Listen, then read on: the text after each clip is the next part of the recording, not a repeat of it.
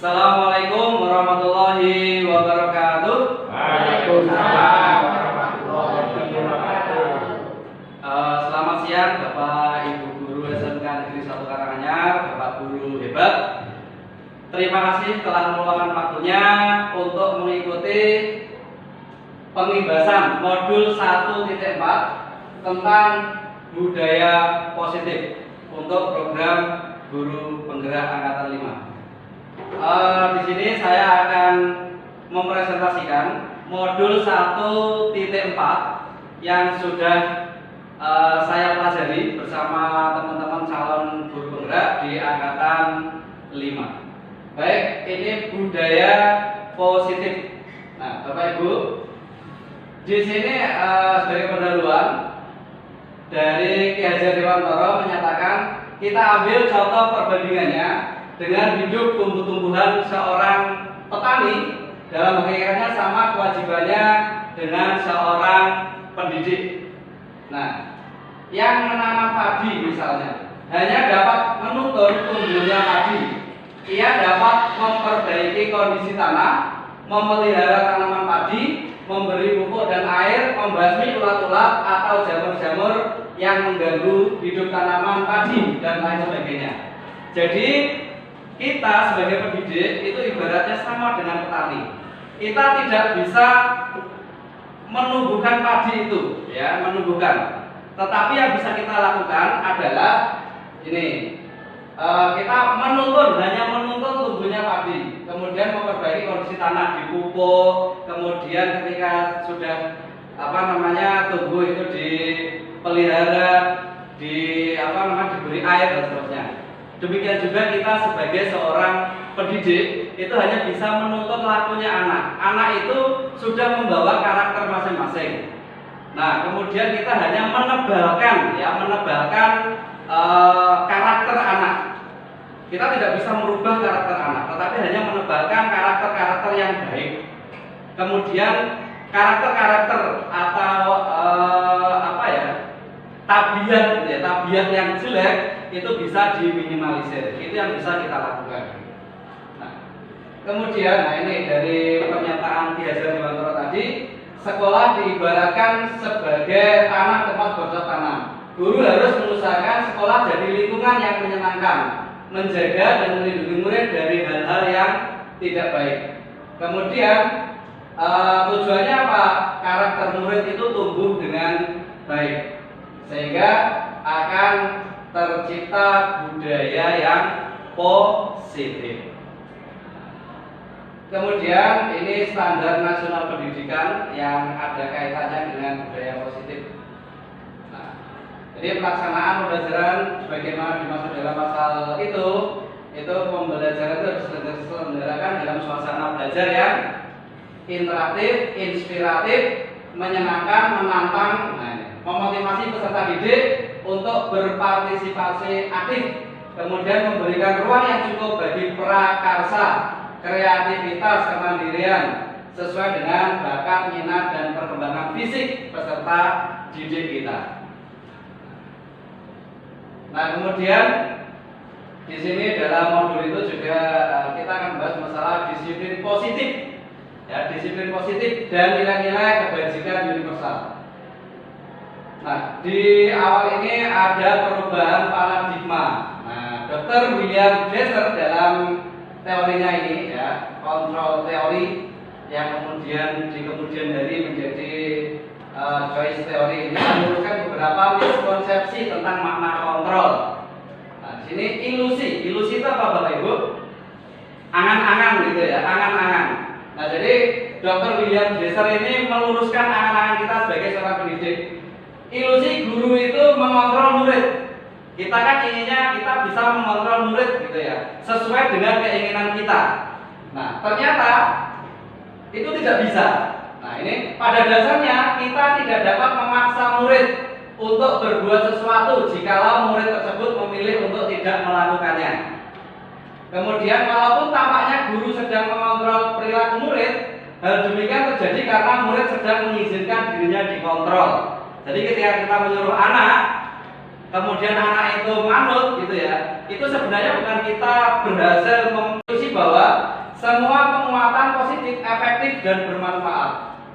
Kenyataannya itu angan-angan kita. Kenyataannya penguatan positif atau bujukan adalah bentuk-bentuk kontrol. Segala usaha untuk mempengaruhi murid agar mengulangi suatu perilaku tertentu adalah suatu usaha untuk mengontrol murid tersebut.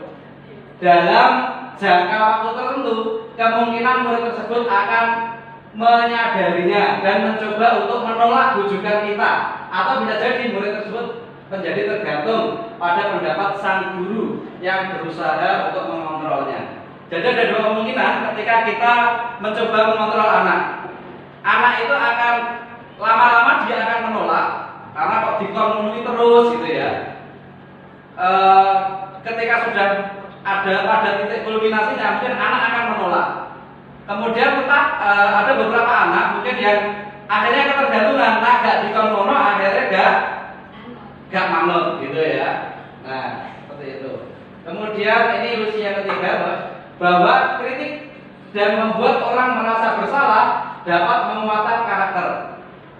Itu yang kita harapkan sebenarnya. Anak-anak kita seperti itu, ketika kita mengkritik murid gitu, kemudian atau membuat merasa bersalah karena dia melakukan kesalahan gitu ya, kita beritahu kesalahannya ini, kemudian dia nangis-nangis menyadarinya gitu ya, itu harapan kita itu dapat menguatkan karakter.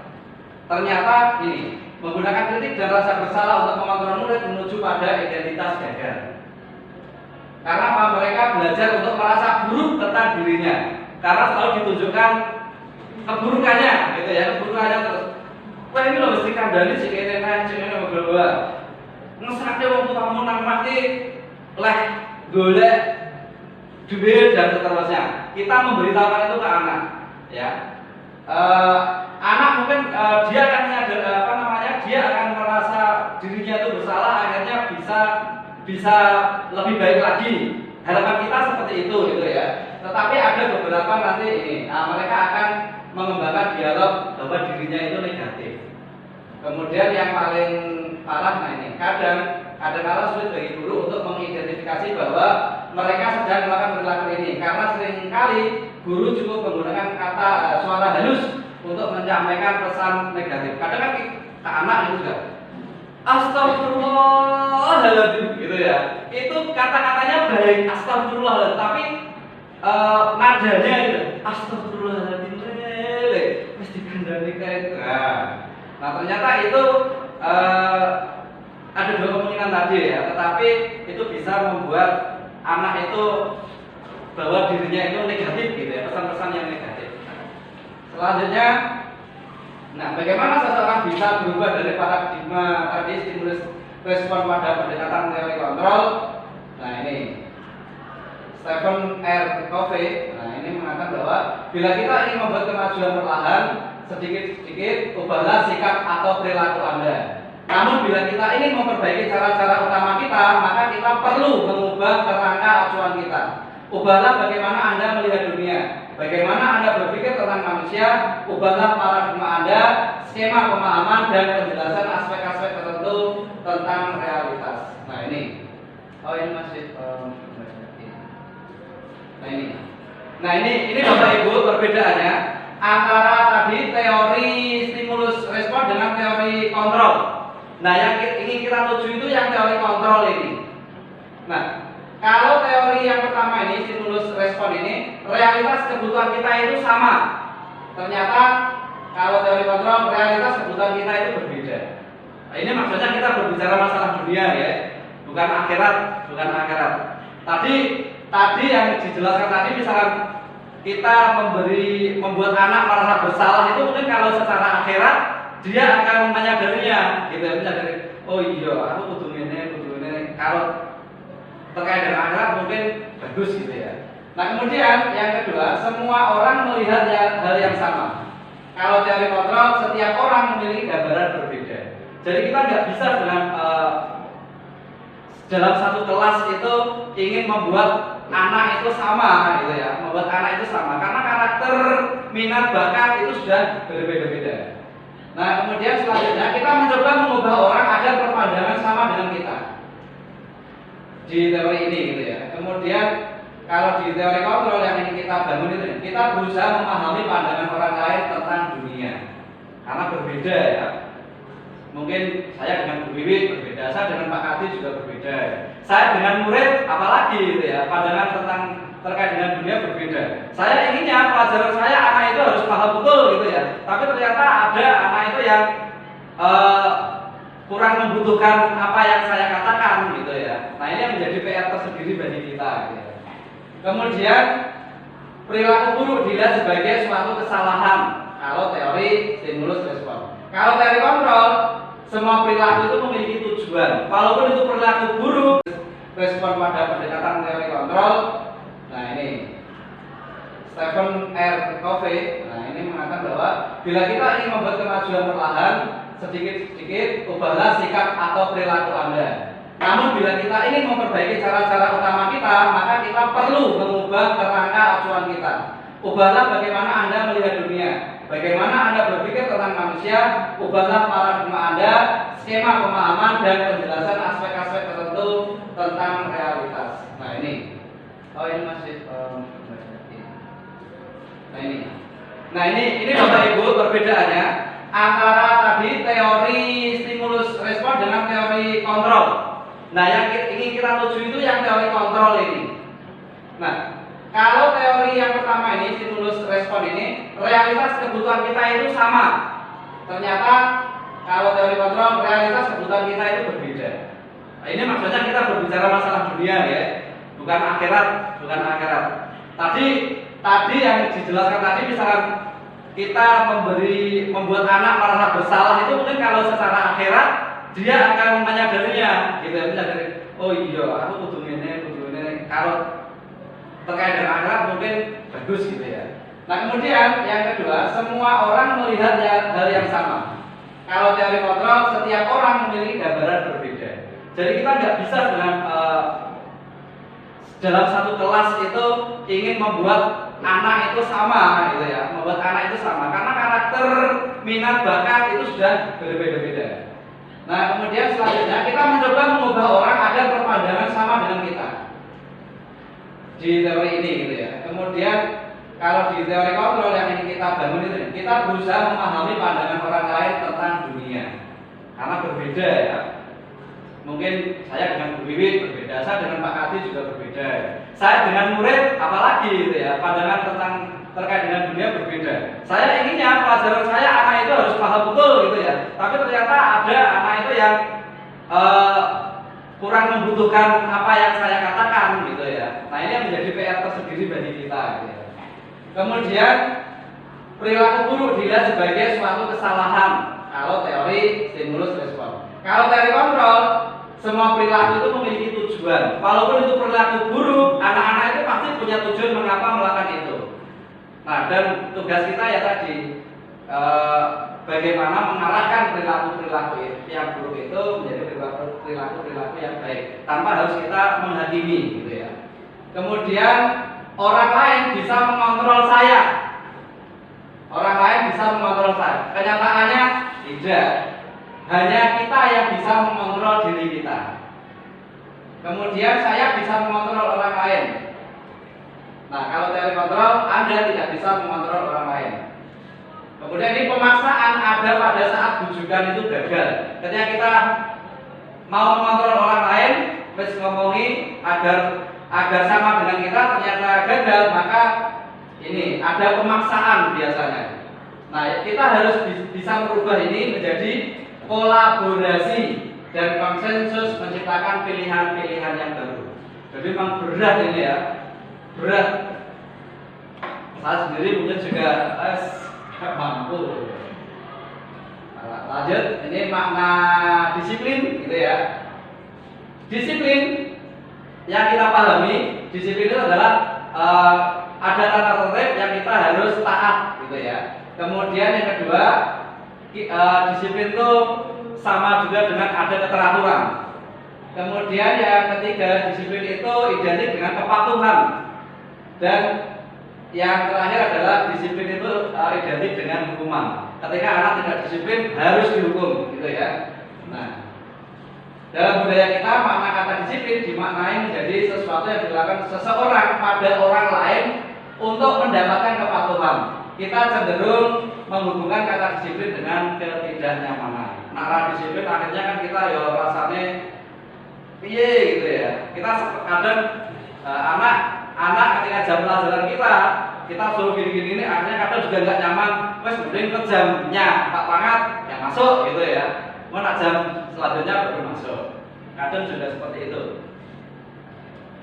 Yang ingin kita bangun apa? Yang ingin kita bangun adalah disiplin positif. Disiplin positif itu tidak harus dengan memberi hukuman. Kalau perlu, hukuman tidak digunakan sama sekali. Ini yang ingin kita bangun, gitu ya. Nah ini, jadi disiplin yang ingin kita bangun itu jika kita anak itu bisa disiplin apabila ada motivasi internal. Nah, motivasi internal inilah yang akan kita bangun terhadap anak-anak kita. Kita kan sampai saat ini masih motivasinya eksternal, melakukan suatu perbuatan agar tidak dihukum dan seterusnya. Ya, lanjut. Karena ini masih banyak slide-nya gitu ya. Nah ini. Adapun definisi kata merdeka menurut Gajar adalah merdeka itu jaruannya Nora lepasing pangrek. Gimana tadi? Mau saya tuh benar tadi. Nging uga kuat kuasa amandiri pri yanggo. Nah, merdeka itu artinya tidak hanya terlepas dari perintah, akan tetapi juga cakap buat memerintah diri sendiri. Nah, kita itu ingin memerdekakan murid. Ya, ingin memerdekakan murid yang merdeka itu nanti akan bisa melejit kemungkinan ya. Tidak hanya terlepas dari perintah, akan tetapi juga cakap buat memerintah dirinya sendiri. Jadi motivasinya tadi apa? Intrinsik dari dalam. Nah, kemudian ini sebagai pendidik, tujuan kita adalah menciptakan anak-anak yang memiliki disiplin diri, sehingga mereka bisa berperilaku dengan mengacu pada nilai-nilai kebajikan universal dan memiliki motivasi intrinsik. Jadi kata kuncinya di sini ada nilai-nilai kebajikan universal dan motivasi intrinsik. Nilai-nilai universal itu apa? Nilai-nilai kebajikan universal itu apa? Nah ini salah satunya adalah salah satu nilai kebajikan universal yang dicapai oleh setiap anak Indonesia adalah yang saat ini digalakan adalah profil pelajar Pancasila. Nah, tapi ada pembandingnya gitu ya, tidak hanya di profil pelajar Pancasila. Di sini ada 6 institusi yang disadur terkait dengan nilai-nilai kebajikan universal. Ini profil pelajar Pancasila ada 6. Kalau di SMK itu sudah ada tambahan kepekerjaan gitu ya, kepekerjaan. Tapi kalau di TK, SD itu hanya ada 6 ini. Kemudian ada institusi lain lagi, nah ini ada toleransi, rasa hormat dan seterusnya. Ini nilai-nilai kebajikan universal. Kemudian yang ketiga itu 9 pilar karakter, itu dari IHF, ini Indonesian Heritage Foundation. Kemudian institusi selanjutnya yang disadur itu ada ini petunjuk seumur hidup dan keterampilan hidup. Ada keterampilan hidup, dapat percaya, lurus hati, pendengar yang aktif dan seterusnya. Ini semua nilai-nilai kebajikan universal. Kemudian ada lagi ini the 7 essential virtues ya. Empati, suara hati, kontrol diri, rasa hormat, kebajikan, toleransi, keadilan dan seterusnya. Yang terakhir, nah ini proyek nilai-nilai kebajikan. Di sini sudah mencakup banyak sekali. Keterserangan, peduli, rajin, dermawan, kejujuran dan seterusnya. Itu nilai-nilai kebajikan universal yang sudah kita yakini gitu ya, yang sudah ada. Dan kita mengarahnya nanti ke sini, ya mengarahnya nanti ke sini. Nah, ini standar pendidikan nasionalnya seperti ini.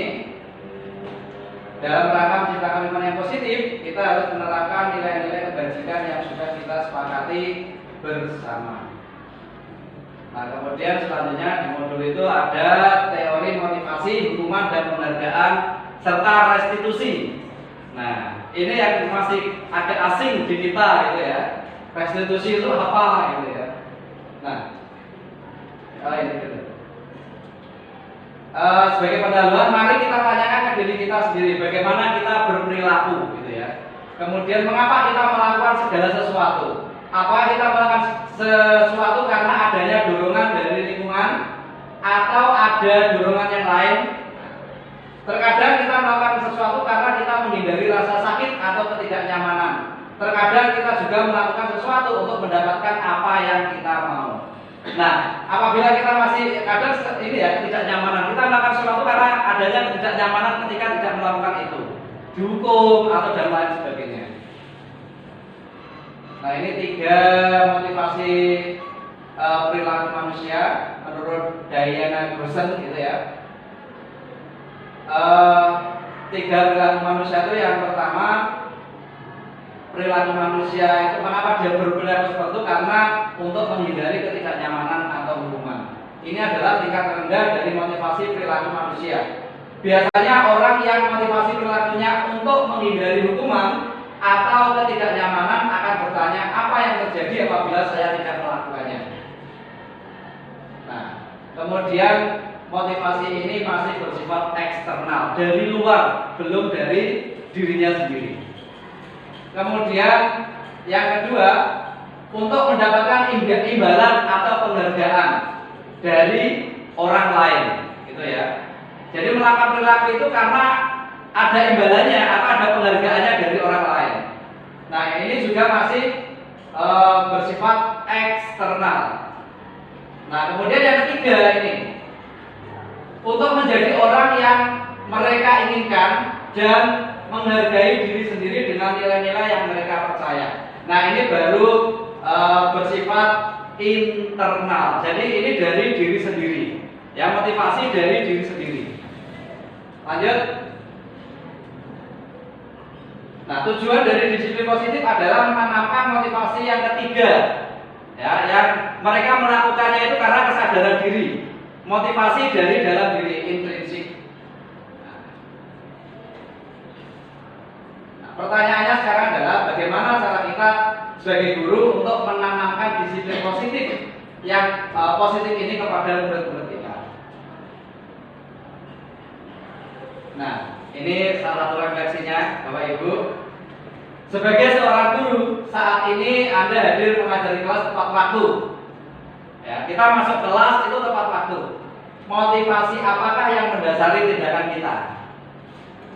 Apakah kita datang tepat waktu itu karena tidak ingin ditegur oleh atasan kita? Iya. Iya. Kalau misalnya seperti itu, kemudian itu berarti kita menghindari ketidaknyamanan dan hukuman tadi. Iya.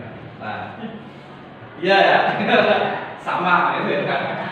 Kemudian apabila kita datang tepat waktu itu karena kita ingin mendapatkan pujian dari atasan dan mendapatkan penghargaan dari karyawan atau guru sebagai guru berorganisasi, maka itu motivasi kita itu ingin mendapatkan imbalan atau penghargaan dari orang lain. Yang kedua, eksternal, masih eksternal. Kalau motivasi kita itu karena, nah ini, kita itu ingin menjadi orang yang menghargai waktu, menghargai diri sendiri sebagai teladan bagi murid-murid karena kita percaya tindakan kita yang sebagai guru akan disampaikan murid-murid. Nah, ini kita motivasinya sudah yang ketiga. Kita menghargai nilai-nilai diri sendiri. Nah, ini yang ingin kita capai. Nah, ini hukuman dan penghargaan. Ini satu kasus gitu ya. Karena di modul itu kita dihadapan banyak-banyak kasus gitu ya. Yang kadang saya sendiri juga yo masa yo ngono kuwi gitu. Masa idealmen gitu ya.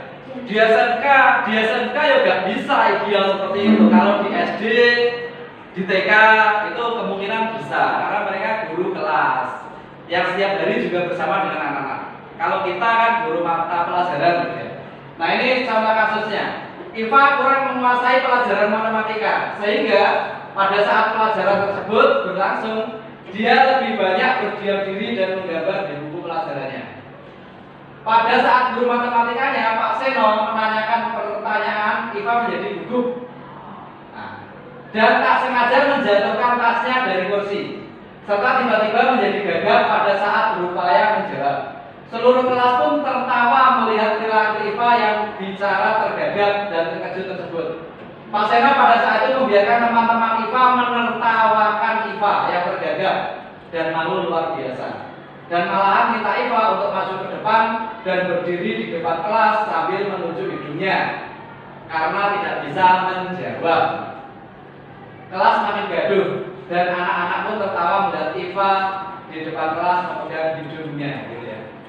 Pertanyaannya, apakah Anda setuju dengan tindakan Pak Seno terhadap IFA? Tidak. Nah, tidak ya, tapi itu masih sering kita lakukan, gitu ya, masih sering kita lakukan. Anak kok ngantuk gitu ya, atau apa itu, akhirnya kita beri ini ya semacam hukuman lah. Menurut Anda tindakan Pak Seno terhadap IFA apakah sebuah hukuman atau konsekuensi? Mengapa? Gitu. Apa perbedaan antara hukuman dan konsekuensi? Nah ini, hukuman itu terjadinya itu tiba-tiba gitu ya. Nah ini, perbedaan antara hukuman, konsekuensi, dan restitusi. Hukuman itu sesuatu yang menyakitkan harus terjadi. Kalau konsekuensi, sesuatu harus terjadi. Kalau restitusi merupakan pilihan. Kemudian hukuman itu tidak nyaman untuk murid dalam jangka panjang. Konsekuensi tidak nyaman untuk murid jangka waktu pendek. Kemudian kalau restitusi itu menguatkan untuk murid dan dalam jangka panjang. Kemudian hukuman itu korban mendapatkan keadilan. Jadi misalkan ada anak yang salah, kemudian dia mendapatkan hukuman, adil gitu ya. Adil karena anak-anak yang disakiti oleh si A, kemudian si A dihukum. Korban si A, korbannya itu mendapatkan keadilan karena si A yang berbuat salah sudah dihukum, gitu ya. Jadi mendapatkan keadilan. Kalau konsekuensi korban bisa diabaikan. Kalau restitusi, nah korban mendapatkan ganti. Kemudian kalau hukuman ini murid atau anak tersakiti, kemudian dan seterusnya, ya. Kemudian ini yang akhir-akhir, nah ini hukuman itu cenderung negatif. Konsekuensi itu netral. Kalau restitusi itu cenderung positif. Nah, nanti bisa didiskusikan gitu ya. Kemudian kalau hukuman kan modelnya paksaan. Kalau konsekuensi tadi stimulus respon tadi. Kalau restitusi itu teori kontrol yang kita bahas tadi. Kita yang diinginkan ke depan itu teori kontrol ini ya, adanya restitusi ketika anak itu berbuat salah. Nah, ini masih lanjutannya perbedaan antara hukuman, konsekuensi, dan restitusi. Nah ini kesimpulannya, hukuman bersifat tidak terencana atau tiba-tiba. Karena anak itu tiba-tiba melakukan kesalahan, kita hukum. Hukumannya apa? Terserah kita, gitu ya. Seringnya seperti itu. Kalau konsekuensi, ini masih hukuman ya. Hukuman itu anak atau murid tidak tahu apa yang terjadi dan tidak dilibatkan. Hukuman bersifat satu arah dari mungkin guru ke murid. Kalau ini masih hukuman, ini kalau konsekuensi itu sudah terencana. Misal, sudah tidak datang terlambat 3 kali. Kalau sudah 3 kali, anak-anak sudah tahu konsekuensinya apa. Ya, karena ini sudah diberitahukan terlebih dahulu. Kemudian kalau restitusi, ini masih konsekuensi. Restitusi nanti di belakang ada. Nah ini dihukum oleh penghargaan. Ternyata Bapak Ibu, penghargaan itu menurut teori kontrol itu juga kurang pas. Kita seringnya memberi penghargaan terhadap anak yang mendapatkan nilai yang baik, gitu ya. Ternyata untuk jangka panjang itu tidak baik baik bagi si anak maupun teman-temannya si anak ini. Karena apa? Bagi si anak ketika dia dapat nilai baik, itu diberi penghargaan, maka kecenderungannya adalah dia melakukan segala sesuatu itu karena ingin mendapatkan penghargaan.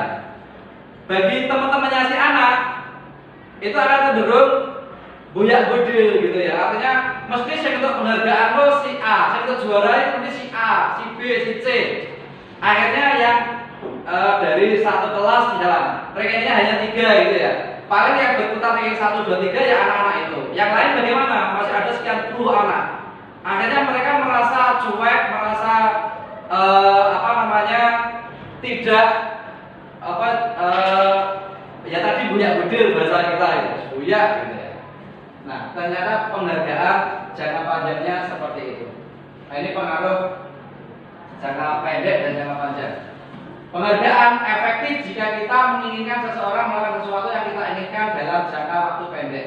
Jika kita menggunakan penghargaan lagi dan lagi, maka orang tersebut akan tergantung pada penghargaan yang diberikan, serta kehilangan motivasi dari dalam. Jika kita mendapatkan penghargaan untuk melakukan sesuatu yang baik, maka selain kita senantiasa berharap mendapatkan penghargaan tersebut, kita pun menjadi tidak menyadari tindakan baik yang kita lakukan. Jadi padahal tindakan itu tindakan kita yang sudah baik gitu ya, tapi kemudian diberi penghargaan oleh orang lain, gitu. Diberi penghargaan oleh orang lain, kita akan jadi kehilangan bahwa oh ternyata itu sebenarnya sudah kebaikan saya gitu ya. Saya jadi juara ini karena saya belajar rajin, tapi karena diberi penghargaan oleh guru dan seterusnya, maka seringkali yang terjadi adalah dia itu jadi seperti karena diberi penghargaan. Padahal tidak, karena dia sudah baik duluan. Wes HP terus dikasih penghargaan gitu ya. Sebenarnya sudah bagus, dia itu sudah baik gitu ya. Tapi karena ada penghargaan, bisa jadi kedepannya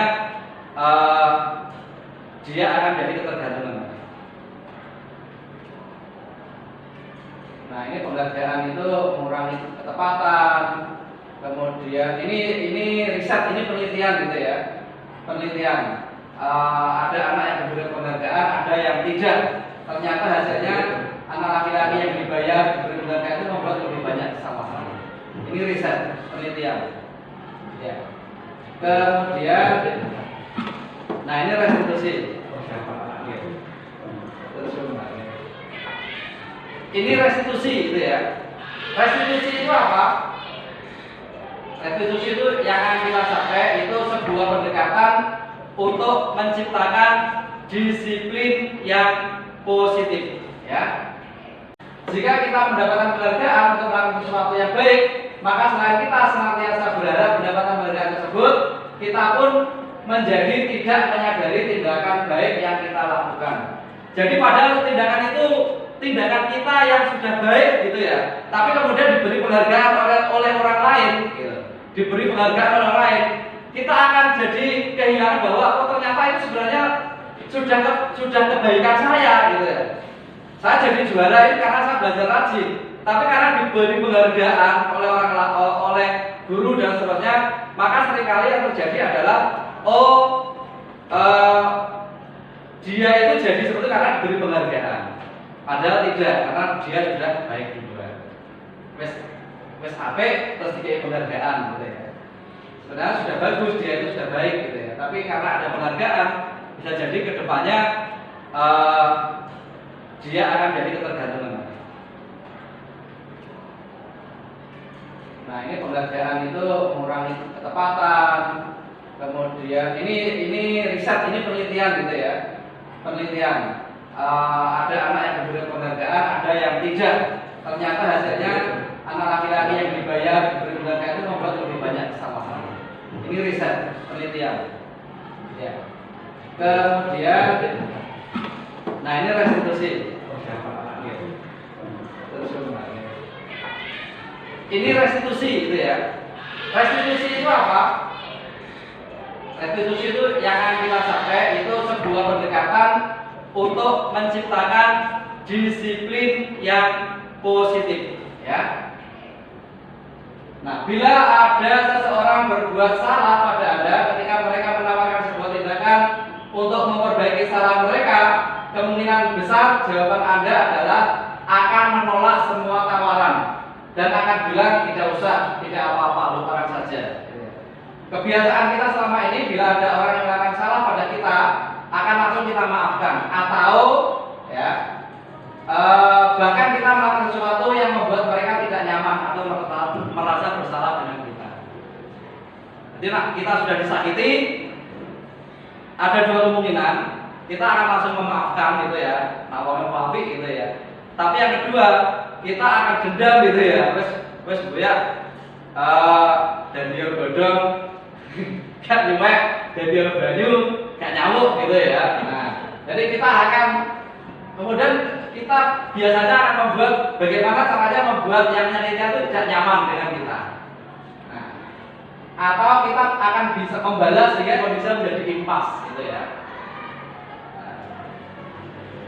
Sebagai seorang guru, ketika murid kita melakukan kesalahan, tindakan mana yang akan kita lakukan? Apakah menunjukkan kesalahannya dengan mengatakan kamu seharusnya tahu bagaimana kamu seharusnya bertindak? Kemudian apakah mengingatkan murid Anda tentang kesalahannya di waktu yang sebelumnya gitu ya? Kemudian bertanya kenapa kamu melakukan sesuatu yang seharusnya tidak kamu lakukan? Atau mengkritik dan mendiamkannya? Nah, kadang kita memilih salah satunya gitu ya. Nah ternyata kalau kita melakukan itu berarti mungkin Anda akan membuat murid Anda merasa menjadi anak yang gagal. Bagaimana ini restitusi tadi ya? Bagaimana agar membuat anak itu merasa tidak gagal? Pendekatannya dengan cara restitusi gitu ya. Restitusi itu adalah proses menciptakan kondisi bagi murid untuk memperbaiki kesalahan mereka. Restitusi membantu murid menjadi lebih memiliki tujuan, disiplin positif, dan memulihkan dirinya setelah berbuat salah. Penekanannya bukanlah pada bagaimana berperilaku untuk menyenangkan orang lain. Nah ini ya. Penekanannya bukan pada bagaimana berperilaku untuk menyenangkan orang lain atau menghindari ketidaknyamanan, namun tujuannya adalah menjadi orang yang menghargai nilai-nilai kebajikan yang mereka percayai. Jadi kita mengarahkan murid itu meyakini nilai-nilai yang dipercaya oleh mereka tentang kebajikan, gitu ya. Jadi gak memaksa kemudian anak itu berbuat baik karena takut kepada kita atau ingin kita hargai atau dan lain sebagainya. Tapi karena motivasi intrinsik tadi ya, motivasi intrinsik ada nilai-nilai kebajikan universal yang mereka percayai dari tadi ya banyak tadi ya ada profil Pancasila dan seterusnya tadi. Nah kemudian ini melalui pendekatan restitusi ketika murid berbuat salah, guru akan menghadapinya dengan mengajak murid berefleksi, ya. Dengan bagaimana nanti akan ada tiga tahap gitu ya, ada 3 tahap. Nah, jadi ini ciri-ciri restitusi apa? Restitusi itu bukan untuk menebus kesalahan, namun untuk belajar dari kesalahan. Ketika anak datang terlambat, kita memberikan suatu apa ya? Kalau yang kita inginkan kan manajer gitu ya. Ada hukuman, ada dan seterusnya itu. Kita itu ingin anak-anak itu menyadari kesalahannya dan belajar dari kesalahannya. Bukan kita beri sesuatu itu untuk menebus kesalahan anak itu. Kemudian yang kedua, restitusi memperbaiki hubungan. Restitusi adalah tentang memperbaiki hubungan dan memperkuatnya dan seterusnya, gitu ya. Nanti bisa kita obrolkan nanti karena ini masih agak banyak, gitu ya. Restitusi menuntun untuk melihat ke dalam diri. Restitusi mencari kebutuhan dasar yang mendasari tindakan. Restitusi diri adalah cara yang paling baik. Nah, ini ada juga ini ya terkait dengan restitusi. Nanti di akhir ada contohnya, oke. Nah sekarang di modul itu juga ada keyakinan kelas. Apa itu keyakinan kelas? Kalau selama ini kita melihat ada aturan-aturan yang harus murid lakukan gitu ya. Nah ke depan yang diinginkan adalah keyakinan kelas, bukan peraturan atau bukan tata tertib, tapi keyakinan kelas. sesuatu yang diyakini oleh seluruh elemen kelas itu. Kemudian ada lagi nanti keyakinan sekolah. Keyakinan sekolah itu yang diinginkan. Nah, jadi ini keyakinan kelas. Ini pembentukan keyakinan kelas itu oleh seluruh elemen kelas itu. Jadi kalau di SD mungkin bisa gitu ya, guru kelas beserta anak-anaknya. Kalau kita berarti ya wali kelas dengan anak-anak kita. Membentuk suatu keyakinan kelas, ya keyakinan-keyakinan itu merupakan nilai-nilai kebajikan universal tadi yang diyakini dan tidak harus banyak. Paling hanya 5 atau 6, maksimal 6 gitu ya. Keyakinan kelas itu. Dan itu bisa diterapkan. Kalau aturan selama ini kan tidak boleh mencoret-coret tembok atau tidak boleh mengotori kelas gitu ya. Keyakinan kelas itu bisa dirubah, kata-kata itu lebih halus lagi, saling menjaga kebersihan dan seterusnya. Jadi kata-katanya lebih halus, sesuatu yang positif yang diyakini oleh kelas itu. Dan masing-masing kelas bisa jadi berbeda keyakinan kelasnya. Dan keyakinan kelas ini kalau bisa memang dari wali kelas, kemudian dari anak-anak kelas itu, kalau sudah jadi dieksplor, jadi ditulis dan dipasang di dinding agar lebih paham. Nah, ini pembentukan tadi ya. Contohnya ini tadi, kita menghindari kalimat negatif, jangan berlari di kelas atau koridor misalnya. Itu bisa kita rubah dengan kalimat positif, berjalanlah di kelas atau koridor. Nah, jadi kita memperhalus. Kemudian ini contohnya berjalan di kelas, dengarkan dulu, datangkan waktu dan seterusnya. Itu adalah kalimat-kalimat positif yang bisa kita pakai. Selanjutnya kita bisa meninjau ulang keyakinan kelas itu apabila ada yang sudah tidak relevan. Jadi bukan hal yang tabu untuk merubah keyakinan kelas. Yang penting disepakati oleh seluruh elemen kelas. Nah, ini contohnya. Ini kelas 1 SD ya. Setiap anggota kelas perlu belajar.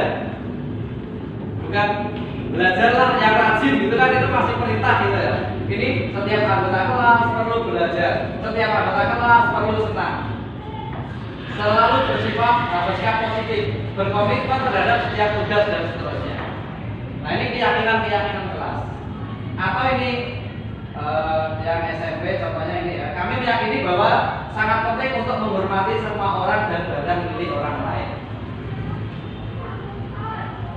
Kami meyakini bahwa sangat penting untuk mengerjakan segala pekerjaan atau kegiatan yang telah ditugaskan dan seterusnya. Jadi kalimat-kalimat positif yang menjadi keyakinan dalam kelas.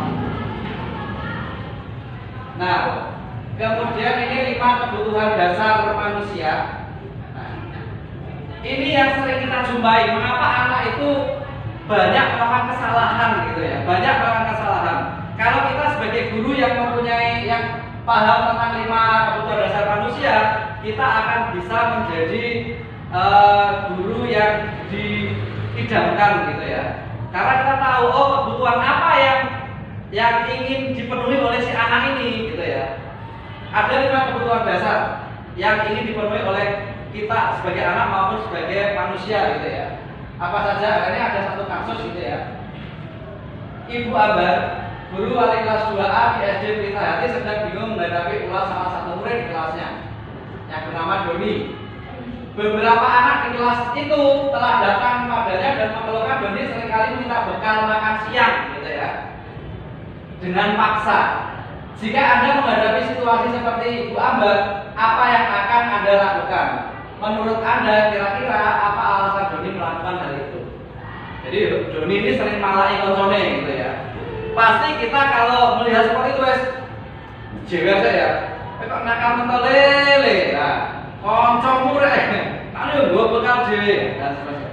Nah, mungkin ada yang ingin dipenuhi kebutuhan yang tidak terpenuhi kebutuhan dasarnya, kebutuhan dasar Doni itu. Mari kita lihat gitu ya. Nah, bisa jadi Ini ya, kebutuhan dasar manusia, 5 kebutuhan dasar yang pertama itu bertahan hidup. Nah, yang kedua adalah kasih sayang, kemudian kebebasan, kesenangan, dan yang terakhir adalah penguasaan. Kebutuhan bertahan hidup itu apa ini? Kebutuhan bertahan hidup adalah kebutuhan yang bersifat fisiologis untuk bertahan hidup, misalnya kesehatan, rumah, dan makanan. Nah, dalam kasus Doni di atas, apabila jawaban Doni ketika ditanya oleh Bu Ambar tadi ya, mengatakan karena ia lapar dan orang tuanya tidak membawakan bekal makan siang, maka kebutuhan dasar yang sedang berusaha dipenuhi oleh Doni adalah kebutuhan untuk bertahan hidup. Jadi memang karena lapar, Doni mengambil makan siang temannya, gitu ya. Jadi ingin memenuhi kebutuhan bertahan hidup. Nah, kemudian yang kedua itu kasih sayang, gitu. Kasih sayang dan rasa diterima. Nah, dalam kasus Doni tadi, apabila Doni menjawab bahwa alasannya mengambil bekal temannya karena dia merasa senang temannya jadi memperhatikan dia, ya, nak dijimuk panganannya, akhirnya konco-konconya bodoh memperhatikan dia, gitu ya. Nah, berarti ketika temannya melakukan tindakan itu pada gurunya dan gurunya memberitahu orang tuanya sehingga orang tuanya jadi memperhatikan Doni tadi, maka kebutuhan dasar yang sedang ingin dipenuhi oleh Doni adalah kebutuhan akan kasih sayang dan diterima. Kemudian yang ketiga itu penguasaan. Dalam kasus Doni tadi, ya, apabila Doni itu merasa hebat karena temannya jadi takut, ya, dengan dia dan keinginannya, maka sebetulnya Doni sedang berusaha memenuhi kebutuhan dasarnya akan kekuasaan. Dia ingin berkuasa di situ, gitu ya. Otak-otaknya jadi wedi. Kemudian kebutuhan dasar manusia yang keempat adalah kebebasan.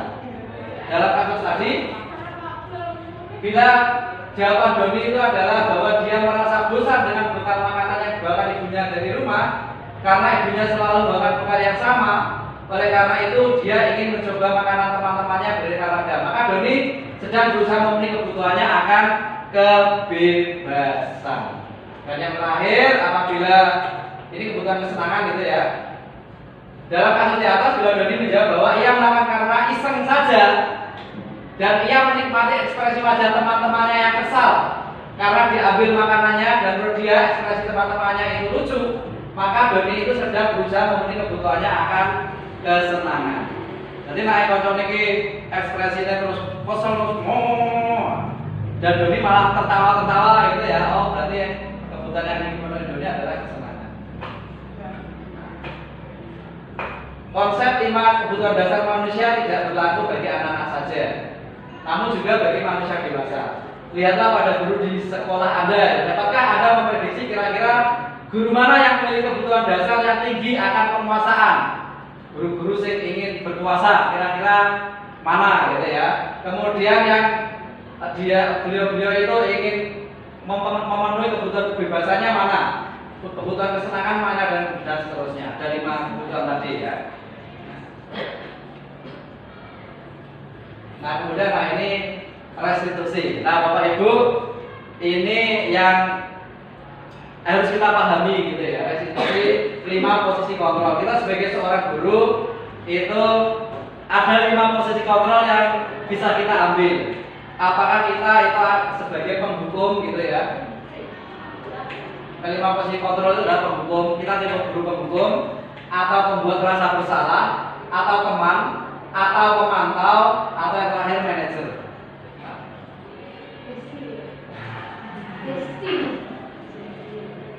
Nah, di sini ada kasus Adi datang terlambat di sekolah. Kira-kira apa yang kita lakukan gitu sebagai seorang guru?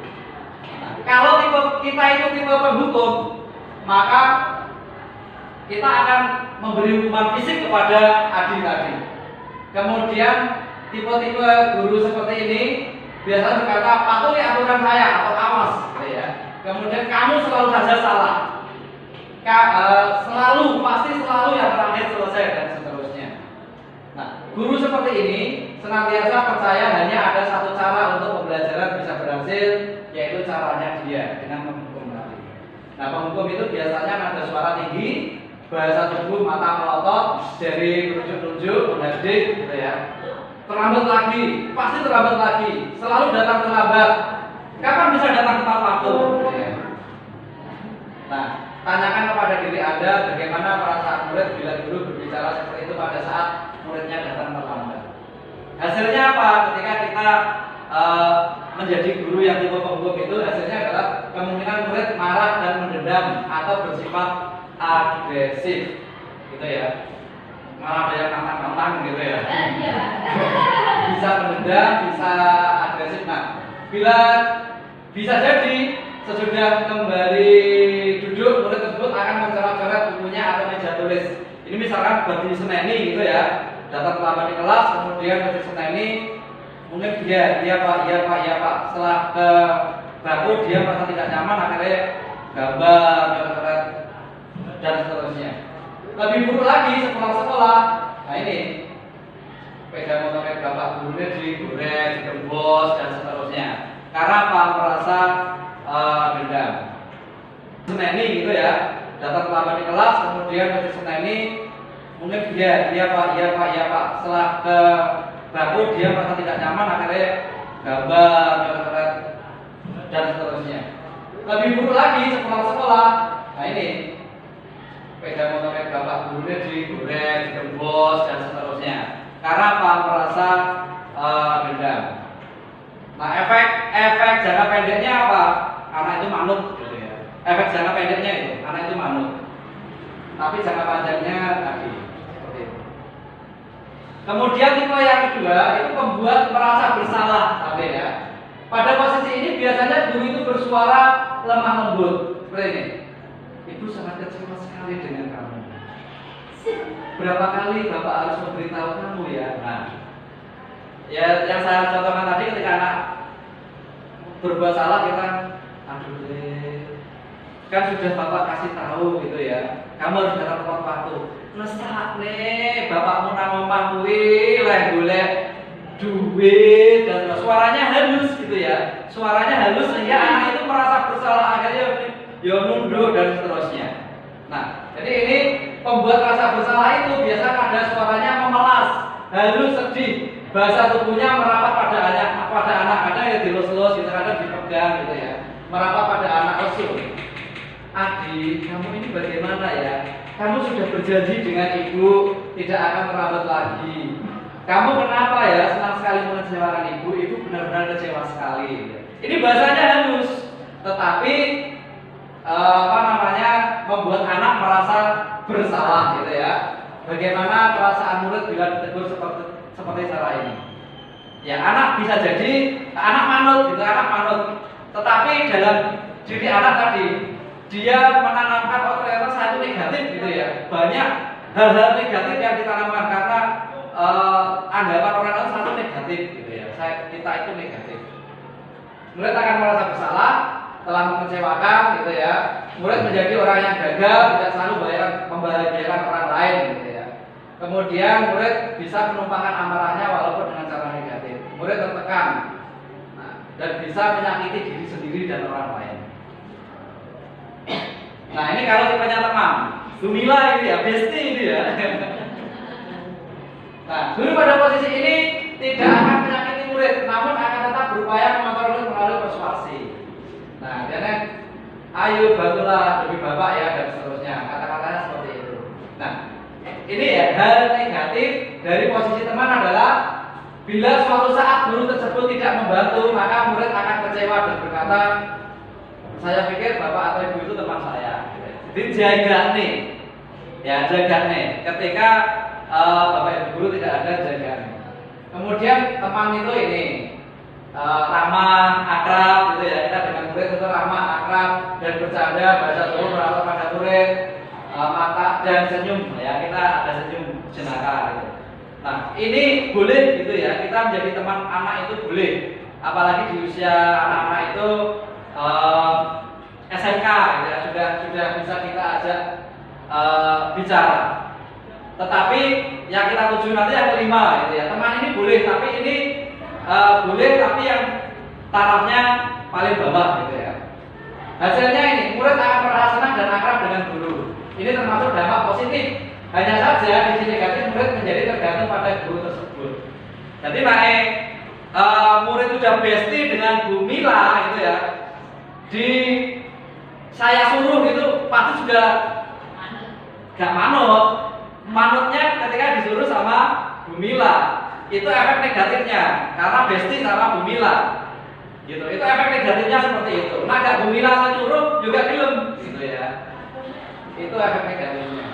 Kemudian pemantau. Nah, memantau berarti mengawasi. Pada saat kita mengawasi, kita bertanggung jawab atas perilaku orang-orang yang kita awasi. Nah, ini peraturannya apa? Apa yang telah kamu lakukan dan seterusnya. Pemantau itu suara nadanya datar, bahasa tubuhnya formal. Jadi suaranya datar, nada tubuhnya itu formal. Kalau teman tadi kan merapat, gitu ya, ada yang nepuk-nepuk, senyum. Kalau ini biasa, ekspresinya biasa. Nah, kemudian hasilnya apa? Murid memahami konsekuensi yang harus dijalankan. Jadi ini sudah lebih bagus daripada teman. Ya. Kemudian yang ingin kita tuju adalah posisi kontrol yang kelima, yaitu manajer. Manajer adalah posisi di mana guru berbuat sesuatu bersama dengan murid, mempersilahkan murid mempertanggungjawabkan perilakunya, mendukung murid agar dapat menemukan solusi atas permasalahannya sendiri, gitu ya. Terima kasih Pak Yunus. Ya. Kemudian seorang manajer telah memiliki keterampilan di posisi teman maupun pemantau. Jadi manajer itu bisa memposisikan dirinya teman atau pemantau, gitu ya, tergantung situasinya. Dan seterusnya ini apa yang kita yakini, apakah kamu meyakininya dan seterusnya. Jadi kita menanyakan keyakinan kepada anak di akhirnya, ya. Kemudian yang perlu disadari tujuan akhir dari 5 posisi kontrol adalah seorang guru pencapaian posisi manajer, di mana di posisi inilah murid dapat menjadi pribadi yang mandiri, merdeka dan bertanggung jawab atas segala perilaku dan sikapnya, yang pada akhirnya dapat menciptakan lingkungan yang positif, nyaman, dan aman. Jadi murid tidak merasa bersalah, tidak dihukum dan seterusnya, tapi dia tahu, oh saya salahnya ini. Kemudian karena salah-salahnya ini, saya harus memperbaikinya dengan ini. Dari sisi murid sendiri, guru membimbing, ya, guru membimbing. Nah ini manajer tadi ya. Kasusnya Adi yang telat tadi ini. Apa kamu mengetahui jam berapa sekolah dimulai? Tahu Pak, jam 7. Ya, jadi kamu terlambat hari ini. Kira-kira bagaimana memperbaiki masalah ini? Jadi kita menanyakan ini ke anak. Ya. Kemudian anak, saya bisa menanyakan teman saya Pak untuk mengejar tugas yang tertinggal. Jadi tidak dimaklumi kalau yang posisi yang pemantau tadi, kalau salah sudah mengambil kesalahan ya wes gitu ya. Kalau ini tidak, ini salah, kemudian dia tahu kesalahannya dan dia menebus ya, mengejar atau mengganti kesalahannya itu dengan apa? Karena dia terlambat, maka dia akan menanyakan pada temannya untuk mengejar tugas yang tertinggal. Nah, kemudian yang terakhir dia itu dia akan memperbaikinya dengan tidak akan terlambat lagi. Ya, dia sendiri yang mencari solusi. Besok saya bangun pagi, besok saya akan sarapan lebih pagi dan seterusnya.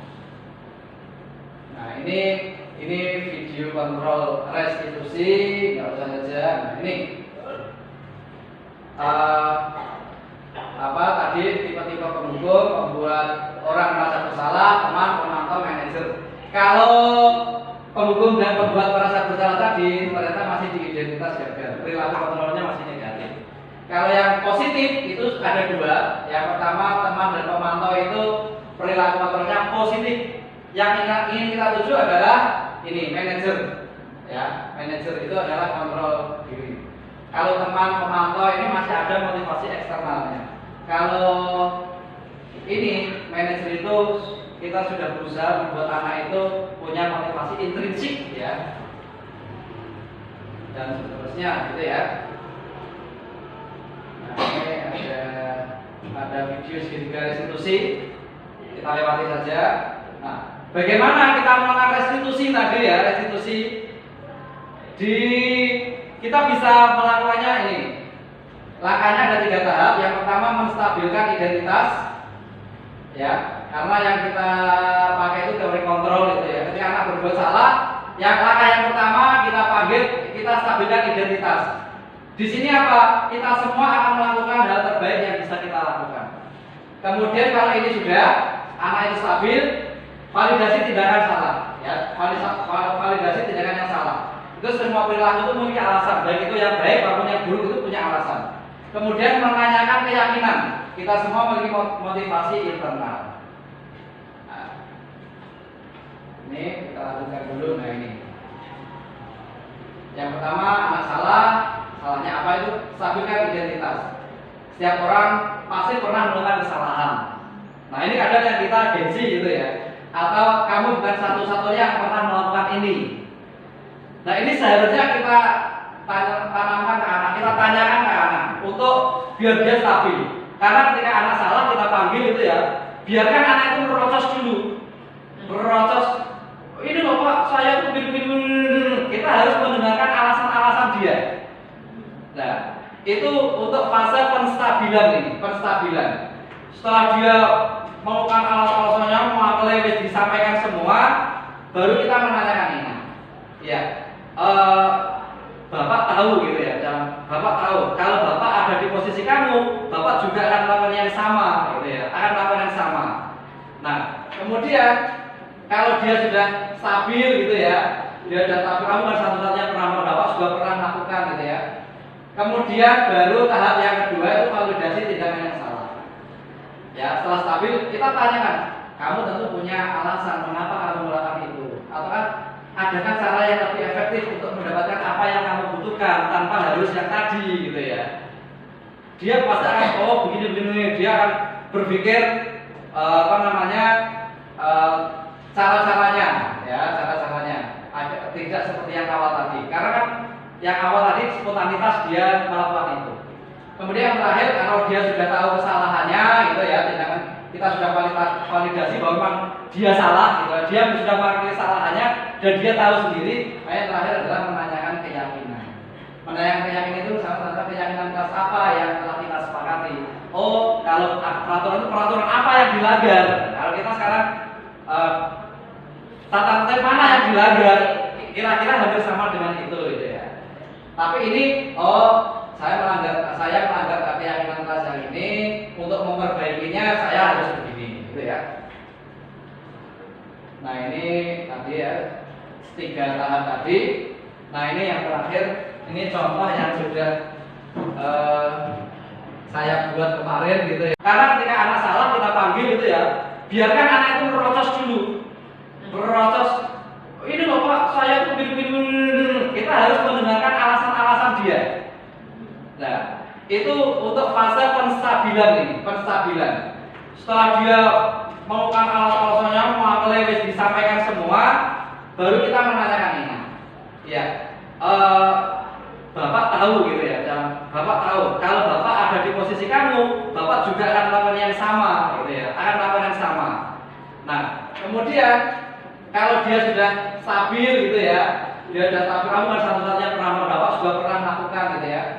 Kemudian baru tahap yang kedua itu validasi tindakan yang salah.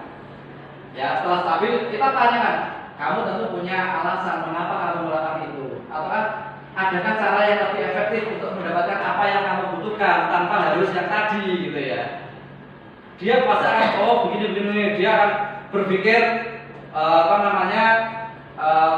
cara-caranya ya, cara-caranya tidak seperti yang awal tadi. Karena kan yang awal tadi spontanitas dia melakukan itu. Kemudian yang terakhir, kalau dia sudah tahu kesalahannya gitu ya, tindakan kita sudah validasi bahwa memang dia salah gitu, dia sudah mengakui kesalahannya dan dia tahu sendiri. Yang terakhir adalah menanyakan keyakinan. Menanyakan keyakinan itu salah satu keyakinan kelas apa yang telah kita sepakati. Oh, kalau peraturan itu peraturan apa yang dilanggar? Kalau kita sekarang tata tertib mana yang dilanggar? Kira-kira hampir sama dengan itu gitu ya. Tapi ini saya melanggar keyakinan kelas yang ini, untuk memperbaikinya saya harus begini gitu ya. Nah ini tadi ya 3 tahap tadi. Nah ini yang terakhir, ini contoh yang sudah saya buat kemarin gitu ya. Ini kurang bagus sih karena saya membuatnya ya bukan sebenarnya bukan gitu ya. Tapi ya mampu saya waktu itu hanya itu gitu ya. Pas suaranya yontek sisa gitu ya.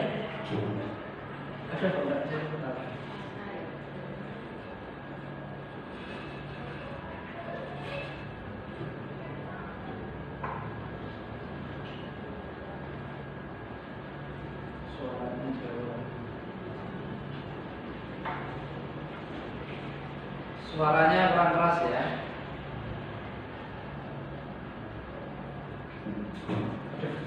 Ya pokoknya ini contohnya itu ya. Nah jadi anak datang terlambat gitu ya, anak datang terlambat. Kita sedang mengajar gitu ya, kita sedang mengajar, anak datang terlambat. Nah ketika anak datang terlambat itu kita mengambil posisi manajer gitu ya. Jadi nggak langsung nesu gitu ya, nggak langsung nesu. Nah kita harus tahu alasan anak itu datang terlambat itu apa. Dia pasti akan cerita banyak, kita membela dirinya dan seterusnya. Kita stabilkan ya. Kita stabilkan kalau dia sudah selesai membela dirinya, sudah stabil, validasi tindakan bahwa dia ini ya salah gitu ya. Dia itu salah enggak? Dia tahu oh ya saya salah Pak, validasi tindakan bahwa memang dia salah. Kemudian yang ketiga itu menanyakan keyakinan. Bahwa keyakinan apa yang sudah dia nilai kebajikan apa yang dia yakini terkait dengan data tepat waktu dan seterusnya. Dia akan oh ini Pak, nah, akhirnya solusinya bagaimana? Dia kan tahu solusinya sendiri gitu ya. Saya terlambat itu karena ban saya bocor, saya terlambat itu karena saya bangun kesiangan dan seterusnya. Akhirnya untuk memperbaiki akan mencari solusinya sendiri. Nah ini yang kedua, contoh Rafli ini mau melakukan di ruang guru, ternyata sepatunya putih atau tidak hitam gitu ya. Karena keyakinan sekolah itu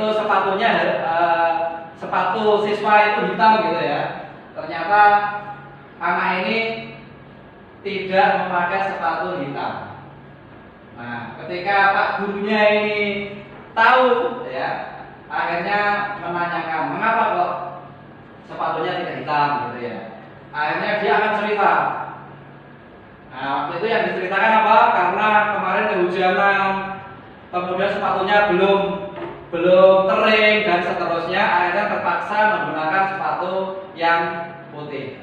Apa kita terus menghukum? Kalau posisi kita manajer, tidak menghukum. Ya, karena setiap tindakan ada alasannya tadi.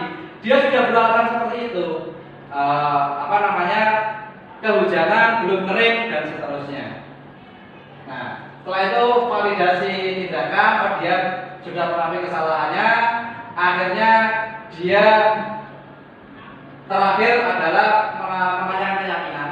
Karena sekolah harus pakai sepatu hitam gitu ya, maka setelah itu dia akan membeli sepatu yang hitam. Kalau misalnya nanti kehujanan, maka ada gantinya. Nah saat itu kan karena posisi dia belum punya sepatu hitam double gitu ya. Karena kan ya sesuatu kesalahan itu karena kan tidak disengaja gitu ya, tidak disengaja. Delalah beli sepatunya siji, ngiren, podana sisan. Nah karena hujannya tidak bisa diprediksi. Nah jadi itu Bapak Ibu yang bisa saya sampaikan terkait dengan modul 1.4 tentang budaya positif. Harapan kita adalah kita nanti bisa mengimplementasikan budaya positif di sekolah kita, bukan berangkat dari hal-hal negatif, bukan berangkat dari kekurangan-kekurangan sekolah kita, tapi berangkat dari hal-hal positif yang sudah kita miliki, ya, yang sudah kita miliki. Datang tidak terlambat, itu sudah budaya positif gitu ya. Kemudian dengan guru datang cium tangan atau menyapa, senyum, itu budaya-budaya positif yang ingin kita kembangkan ke depan. Kemudian restitusi ini yang ingin kita pembangunan depan kita sebagai guru, fungsi kita adalah sebagai apa tadi? Manager. Baik, saya rasa itu mungkin ada yang ingin ditanyakan. Iya, silakan. Bu Wiwi. Bagaimana menerapkan segitiga restitusi untuk mengatasi kesalahan anak? Apakah efektif untuk membuat anak bisa lebih efektif? Iya.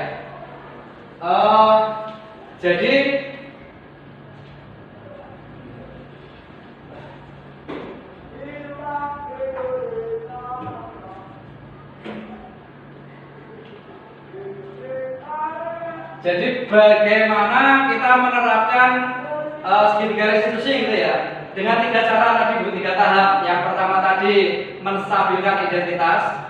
Jadi ketika anak berbuat salah, menghadap kita atau kita panggil gitu ya, dia mau bercerita, mau nerocos, mau apapun terkait dengan alasannya, kita dengarkan dulu. Karena dia melakukan itu mesti ada alasannya. Ada alasannya. Yang menurut anak itu benar menurut anak gitu ya. Kemudian langkah kedua, kalau dia sudah stabil di situ, kita sudah bisa menguasai, dia sudah bisa menguasai keadaan, kita memvalidasi tindakannya. Ya, memvalidasi tindakan. Artinya tindakan yang dilakukan salah atau tidak gitu ya. Dia pasti akan, oh ini salah Pak, gini dan seterusnya. Oh berarti kalau seperti itu dia sudah tahu bahwa oh yang saya lakukan itu salah. Murid itu tahu oh saya itu salah. Yang ketiga, kita membuat keyakinan gitu ya, membuat keyakinan. Lah keyakinannya apa gitu ya? Yang sudah diyakini di sekolah ini apa? Keyakinan sekolah ataupun keyakinan kelas. Karena keyakinan kelas sudah dibuat oleh anak-anak bersama Pali gitu ya, atau keyakinan sekolah itu sudah dibuat dan mereka itu tahu, maka dia akan bisa menyebutkan oh iya keyakinan sekolah seperti ini. Sehingga nanti saya akan merubah kesalahan saya dengan ini gitu ya. Ada solusinya menurut anak itu sendiri. Efektif atau tidak? Ya kalau berusaha sendiri kadang efektif kadang tidak. Karena kita SMK gitu ya, kita SMK. Kadang ketika kita melakukan itu, anaknya kemudian sudah bisa baik lagi, bertanggung jawab, itu efektif. Tapi kadang tidaknya itu apa? Tidaknya itu, oh pasti nanti saya akan diginikan lagi gitu ya. Akhirnya anak sudah terbiasa seperti itu, akhirnya mengulang-ulang lagi dan dia akan, tapi dengan kesalahan yang berbeda gitu ya. Dia akan mencari keyakinan-keyakinan yang dia yakini dan dari kesalahan-kesalahannya yang lain gitu. Karena sudah tahu gitu ya. Oh pasti nanti akan melakukan restitusi ini lagi gitu ya. Itu Bu Wiwi, jadi bisa efektif, bisa tidak. Tapi perlu kita coba ya, perlu kita coba. Ya, saya rasa cukup itu ya Bapak Ibu ya. Terima kasih atas sudah meluangkan waktunya untuk mengikuti acara ini dan semoga apa yang saya sampaikan ini bisa menjadi bahan renungan bagi kita dan kita nanti bisa melaksanakan suatu saat gitu ya, suatu saat agar sekolah kita menjadi lebih baik lagi, itu harapan kita. Saya akhiri. Assalamualaikum warahmatullahi wabarakatuh. Waalaikumsalam.